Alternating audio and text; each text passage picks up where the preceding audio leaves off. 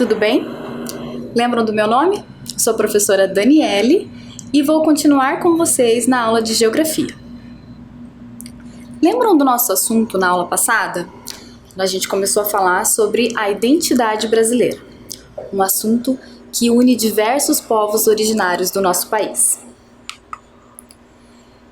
Aqui a gente vai retomar os nossos povos ancestrais, as nossas origens. A origem indígena, que está representada ali de cor azul, a origem africana e a origem europeia. A africana na cor amarela e a europeia na cor laranja.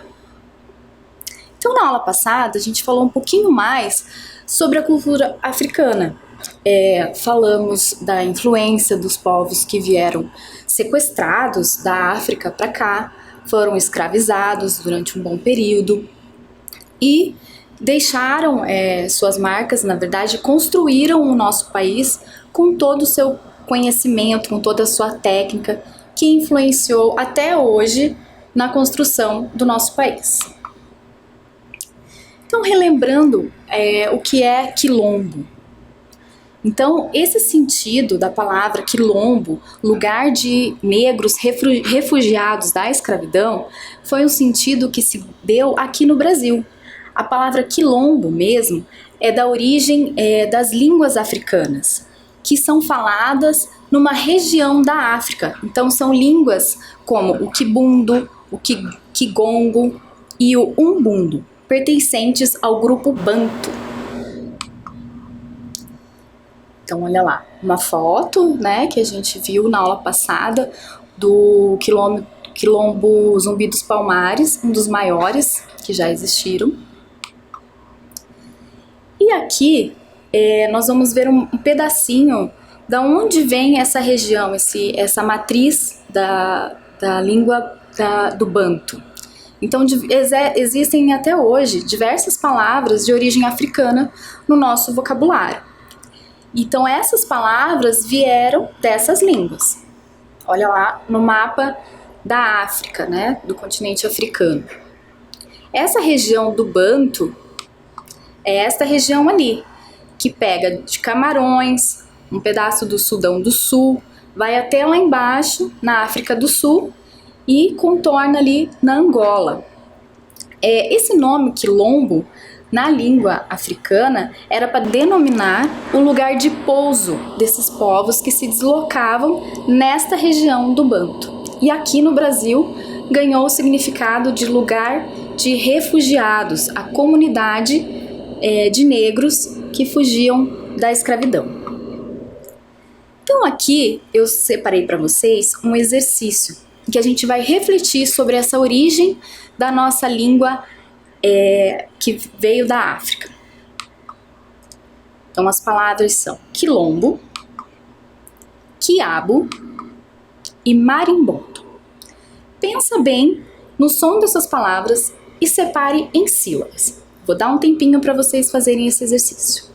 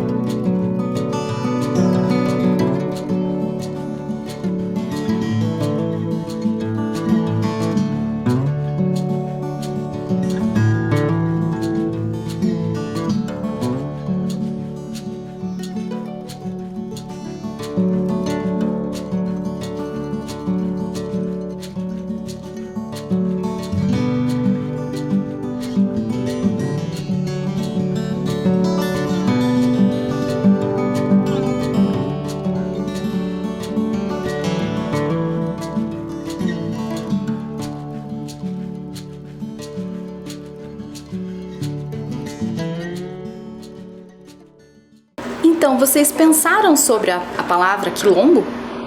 Refletiram na hora de separar o som de cada sílaba? Então vamos lá. Quilombo. A gente tem ali 3 sílabas, né? E a palavra quiabo? Também tem 3 sílabas? Vamos ver. Quiabo.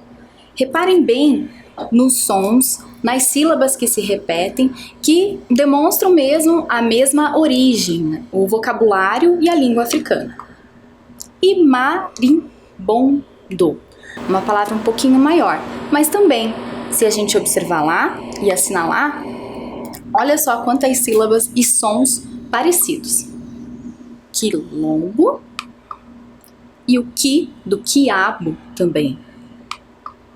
Depois, o bom do marimbondo. Apesar da grafia diferente, ali a gente vê já uma regrinha ortográfica, né? O N antes do D e lá em cima o M antes do B. Mas o som é o mesmo. E no final da sílaba a gente reconhece o mesmo som também. Quilombo, quiabo e marimbondo. Certo? Então, continuando sobre as nossas influências da cultura africana, eu trouxe para vocês hoje mais 3 elementos. O primeiro elemento é o maculelê. Maculelê é uma mistura de dança e luta feita com bastões. É uma arte que também incluiu nessa arte a influência indígena, então tem elementos ali também da cultura indígena. E aí a gente já começa a perceber o entrelace das nossas origens, a cultura indígena, a cultura africana, e ainda o maculelê está bastante associado à festa de Nossa Senhora da Conceição. Que outra cultura que está influenciando aí também? A cultura europeia, né? Logo em seguida, eu trouxe o jiló. Jiló é uma fruta, apesar de a gente encontrar nos mercados aí como legume ou verdura, é uma fruta, parente do tomate, da berinjela, e também é uma palavra de origem africana. Ela veio do vocabulário da língua do quibundo. É uma fruta meio amarga, né? Ou a gente ama ou odeia. Essa brincadeira que eu trouxe é a brincadeira do terra e mar. É uma brincadeira muito parecida com o morto-vivo que a gente faz. Só que ela é marcada no chão. De um lado é o mar, de um lado é a terra. Então, quando se diz mar, todo mundo tem que ir para o mar. Quando se diz terra, todos para o outro lado. Bem simples de brincar e muito praticada em Moçambique. Então agora vamos completar aquele nosso quadro de influências culturais da aula passada? A gente já tinha colocado lá, na arte, o samba e a capoeira, na alimentação, a feijoada e o beiju, nas brincadeiras, o jogo dos feijões, as 5 Marias, e hoje vamos acrescentar. Vocês podem acrescentar na mesma folha ou em outro, como preferir, o maculelê, o jiló e a brincadeira de terra e mar. Vou dar um tempinho para vocês preencherem.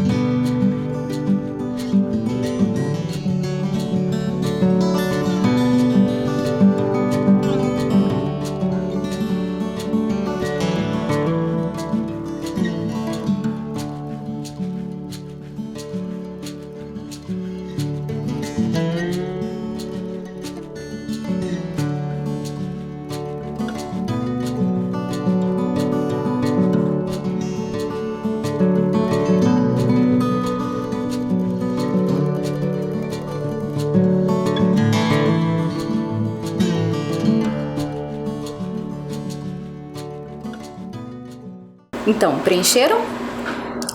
Lembram que nós comentamos também na aula passada que o jogo Cinco Marias é muito antigo? Há também uma dúvida entre os historiadores se ele veio para o Brasil pelos portugueses, pelos africanos, mas na verdade isso já não faz diferença. É um jogo, uma brincadeira que existe na nossa cultura e se perpetua até hoje. Então agora vou colocar para vocês um vídeo da professora Josiane Lima, lá do SEI Davi Carneiro. Ela está ensinando como é que se joga e eu quero ver se vocês conseguem fazer em casa.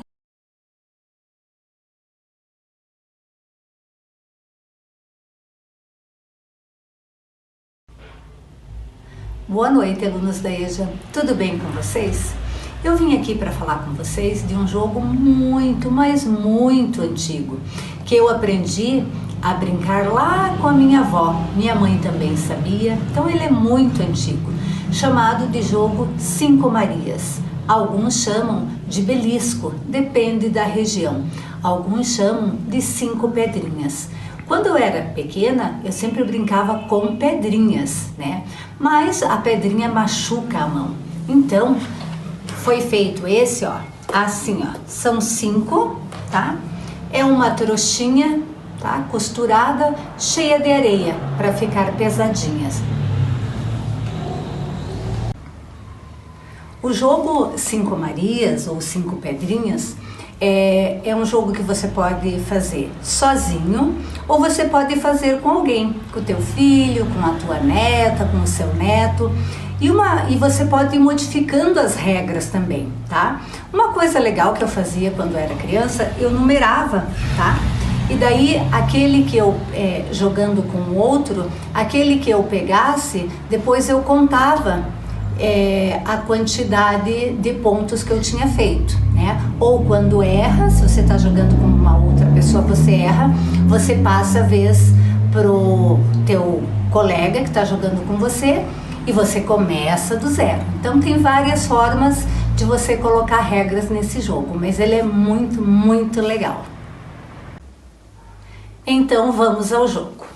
Primeiro você joga as 5 Marias. Jogou. Escolhe uma. Como aqui elas são coloridas, eu vou escolher a rosa. Então a primeira fase, você vai jogar, lançar e pegar uma de cada vez. Não deu certo. Vamos lá de novo. Lança e pega. Peguei. Lança e pega. Lança, opa, lança e pega. Lança e pega. Peguei. Agora vem a segunda fase. Segunda etapa. Joga, escolhe novamente um. Eu vou pegar o rosa, continuar com o rosa. E agora você tem que pegar 2 de cada vez. Lança, opa, não deu certo. Lança, peguei 2. Lança, não deu certo ainda. É uma forma da gente estar treinando. Lança, ainda não. Lancei e peguei os 2, ó. Agora eu vou pegar 3 e depois 1. Então, lança, opa, lança, peguei 3. Lança e peguei 1. E agora vem a ponte. Você faz no formato de ponte, com a tua mão, com os dedos, escolhe um, a mesma coisa. A gente vai lançar e vai passar por baixo da ponte. Lança, opa, lança, lança, lançou e passou um de cada vez. Esse jogo é muito bacana porque trabalha muito a coordenação motora fina, então nos ajuda para escrever, o equilíbrio, tá? A agilidade. E outra forma legal de jogar é assim, ó, tá? Você vai pegar agora com a parte de cima da mão. Então você lança, op, e pegou aqui, ó. Lança, não consegui. Opa. Esse é mais difícil.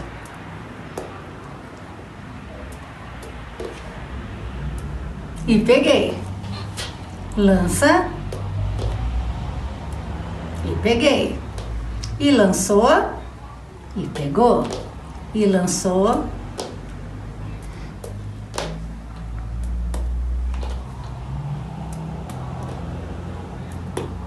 Tá difícil esse.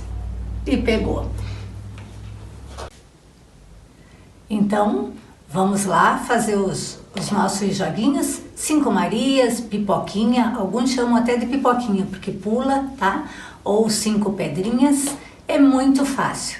Faça aí na sua casa, se divirta e brinque. Vejam que aqui eu tenho até um maior. Esse é maior, esse é um pouquinho menor. Então não tem assim um tamanho certo para você fazer, tá? Algo que fique um tamanho que fique confortável na hora que você for pegar. Combinado? Espero que vocês tenham gostado e aproveitem. Então olhem lá, completando o nosso quadro, ficou samba, capoeira, feijoada, beiju, jogo dos feijões, 5 Marias, o maculelê, o giló e o terra e mar. Então vocês se lembram também que na aula passada a gente comentou sobre o beiju? O que será que é isso? Na verdade é só um preparo feito com a mandioca. Mas por que ele é importante? Porque é mais um indício das culturas que se interrelacionam. Ela é muito presente na cultura indígena e também na cultura africana. Não se sabe dizer também quem que descobriu primeiro, quem fez primeiro, mas isso já não tem importância. O que sabemos é que ela é presente até hoje. Olha lá. O que é o beiju? Beiju, biju, beiju é feito da mandioca, através da fécula e o amido extraído da raiz. Vejam que interessante a forma de preparo. A gente conhece no mercado, às vezes só a tapioca, que é uma forma mais granulada, mas vejam como os povos, os quilombolas, preparam o beiju. Vou mostrar para vocês um pequeno vídeo onde crianças de uma comunidade quilombola no Espírito Santo conversam com crianças num morro de Vitória.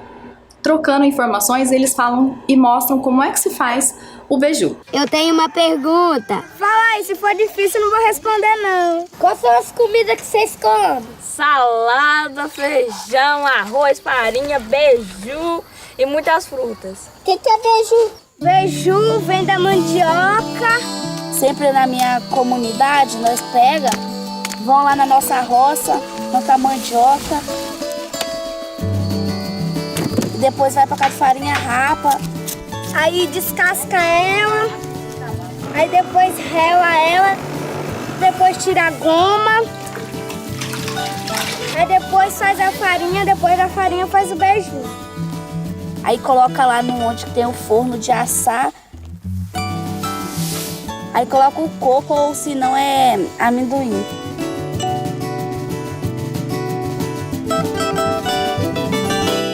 Viram que interessante? A vida das crianças não é tão diferente em cada comunidade, né? Mas eles têm curiosidade de saber o que comem, como que preparam. E aí no vídeo tá bem legal da gente entender. Mas, falando da mandioca, como que você conhece? Mandioca, macaxeira, aipim, aiupim, mandioca mansa. Dependendo da região do Brasil, ela recebe um novo nome. E é um alimento presente na nossa mesa há séculos. Há registro dela desde a primeira carta de Pedro Vaz de Caminha e também de outros escritores famosos da história do Brasil.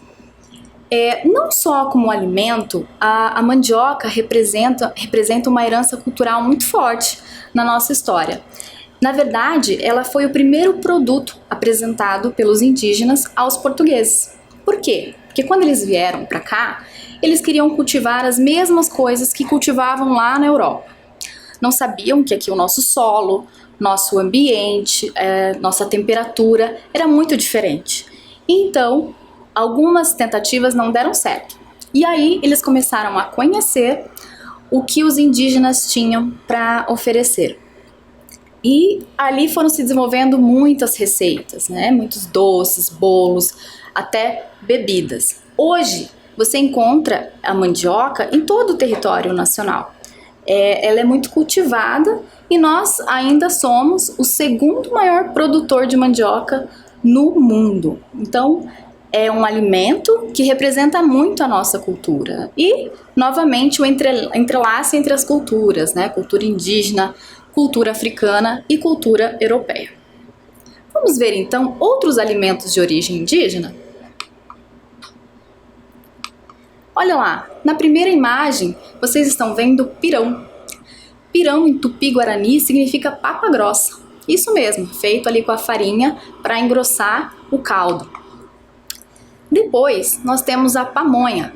A pamonha também não se sabe ao certo quem é que fez primeiro. Foram os indígenas? Foi o povo africano? Mas é também um alimento muito conhecido no nosso território e muito disseminador da nossa cultura, né? Vem do milho, o preparo dele tem toda uma história, as pessoas se unem para fazer a pamonha e é um alimento muito gostoso. E também a canjica, é um alimento bastante presente nas festas juninas, na época junina, mas ele também é de origem indígena. Agora vamos ver um pouquinho sobre a arte indígena. Ali a gente tem os vasos de cerâmica, a plumagem, a pintura corporal. Toda essa expressão artística dos indígenas representam o nosso país. A cultura, a arte com a cerâmica, ela tem desenhos e formatos característicos de cada povo indígena. Como vocês já viram em outras aulas de geografia, há vários povos indígenas, né? São várias etnias indígenas. E ali no meio tem um trabalho da tribo Carpo, que é uma tribo que desenvolveu chapéus, são as técnicas mais avançadas na arte com a plumagem. E depois a arte de pintura corporal. Alguns povos, algumas comunidades indígenas se reconhecem apenas pela pintura no rosto. Algumas têm uns círculos bem característicos nos rostos e outras pinturas bem bonitas pelo corpo aí. Geralmente eles usam em motivos festivos e tradições e cerimônias de suas comunidades. Nas brincadeiras indígenas, vocês estão vendo uma imagem das crianças se puxando ali. Essa brincadeira se chama arranca-mandioca. É meio parecido com o cabo de força que a gente conhece. Uma criança fica segurando ali para não sair, né, num poste ou numa madeira, e as outras segurando atrás dela. A última tem que ir tentando tirar uma por uma. Quanto mais ela tira, mais ajudantes ela tem. E aí, se a última lá consegue resistir, ela ganha. Se não, os outros é que vencem. Tem a peteca, muito famosa, né? Que evoluiu depois para o esporte badminton, que é muito famoso hoje, é reconhecido como um esporte olímpico, mas ele é jogado com a raquete e a peteca. Ali, entre os indígenas, eles jogam mais livremente, com as mãos. E em terceiro, o jogo da onça, ou o adugo. É um jogo que você pode fazer o tabuleiro no chão mesmo, ou num pedaço de papel, e é muito parecido com o jogo de damas, em que você tem que pular ou comer uma peça. Então é uma onça contra 5 cachorros. E aí, se os cachorros conseguem encurralar a onça, vencem. Ou se a onça consegue ir comendo os cachorros, ela é que vence. Então vamos voltar lá para o nosso quadro de influências culturais? Agora a gente vai focar um pouquinho nas influências indígenas. Olha lá, na arte já tem a cerâmica e a plumagem, na alimentação o pirão e a pamonha, e nas brincadeiras o arranca-mandioca e o adugo. Eu vou dar um tempinho para você registrar, pode ser naquela mesma folha da atividade anterior ou você pode fazer numa nova folha.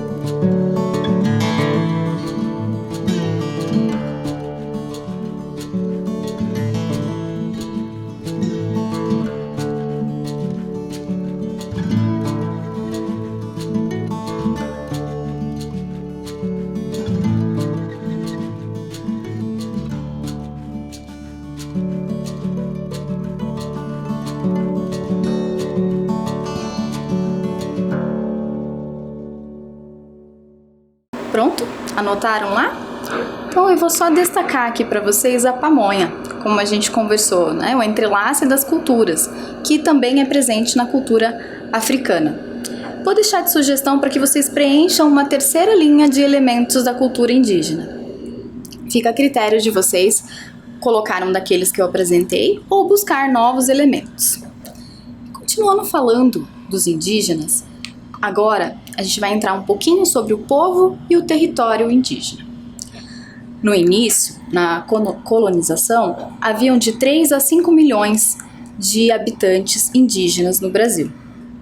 Hoje, a FUNAI, a Fundação Nacional do Índio, contabiliza 350 mil indígenas apenas.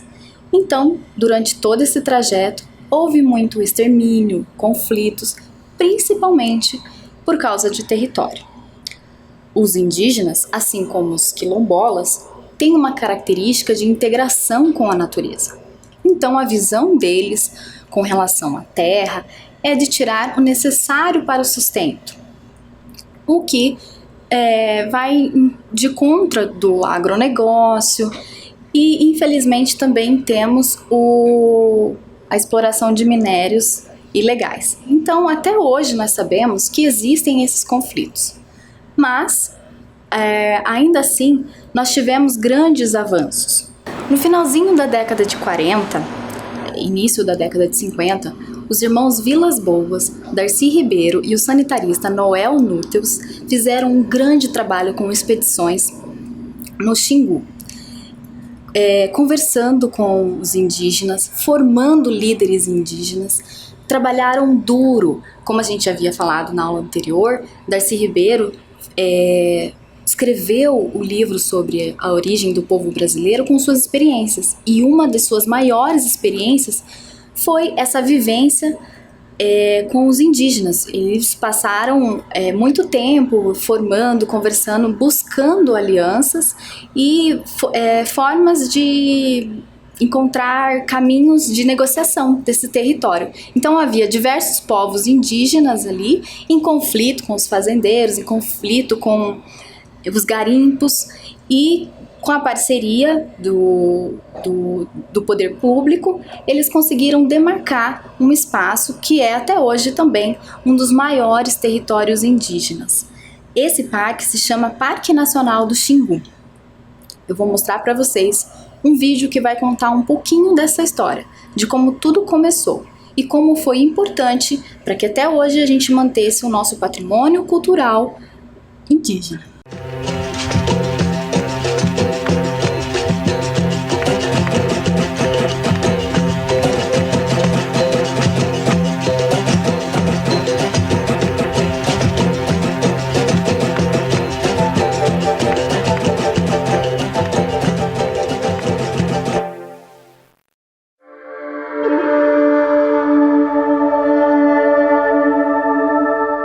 Parque do Xingu, uma das mais bem-sucedidas reservas indígenas do mundo, no coração do Brasil, um território que reúne diversos povos conectados com o mundo moderno, mas que preservam suas tradições, seguindo os conselhos de seus protetores, os irmãos Vilas Boas.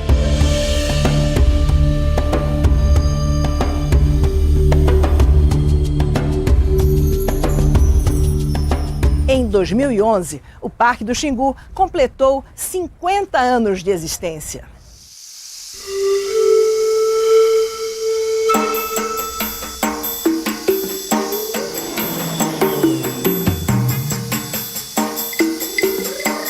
Em diversas viagens ao Xingu, temos registrado a vida nas várias aldeias. Alguns documentários foram roteirizados junto com os próprios xinguanos. Em 2003, documentamos um Quarupi emocionante, em homenagem a Orlando Vilas Boas, e ouvimos a palavra das lideranças xinguanas. Quem ajudou, lutou para conseguir manter o Xingu, o Parque do Xingu, foi nosso herói, um homem que nunca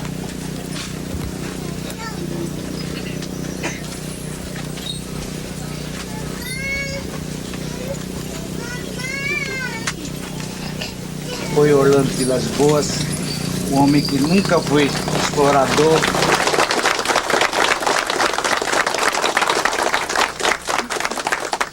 Orlando Vilas Boas e seus irmãos dedicaram suas vidas ao Parque do Xingu, um parque indígena que funciona de fato, onde a cultura está preservada e as lideranças trocam ideias, apresentando soluções para o bem das comunidades e para o futuro.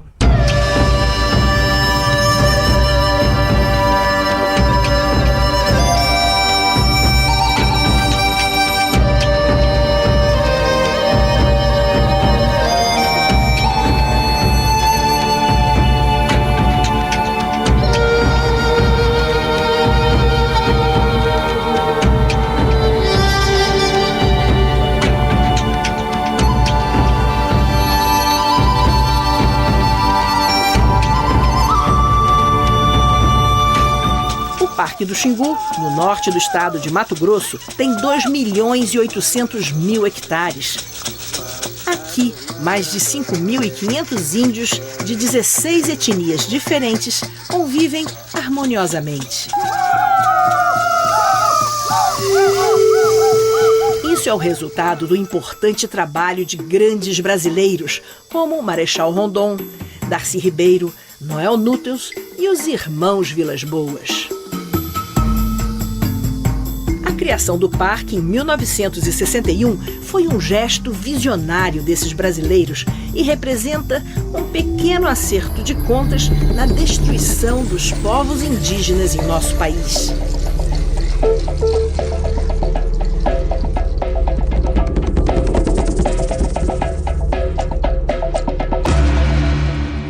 Os irmãos Vilas Boas formaram toda uma geração de líderes indígenas xinguanos conscientes dos perigos do contato com o homem branco, mas ao mesmo tempo grandes diplomatas, negociando com governos, organizações não governamentais e com a sociedade como um todo.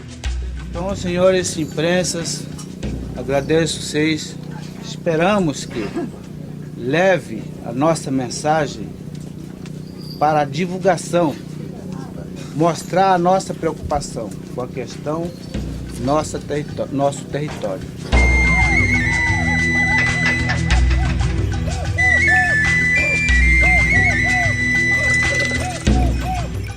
Lideranças como a do cacique Aritana e Aualapiti, Tacumã Camaiurá, Guatamã e Uaurá, todos do Alto Xingu, e Melobô e Pengue, do Médio Xingu, continuam zelando pelo patrimônio cultural e ambiental do Xingu, buscando diálogo direto com Brasília e, ao mesmo tempo, com a comunidade regional.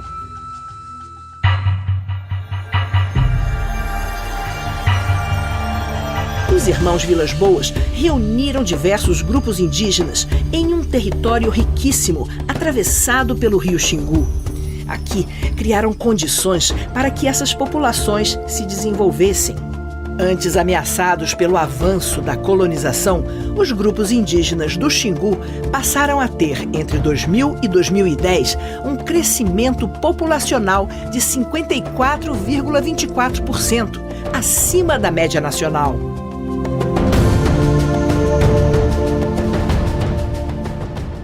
Legal?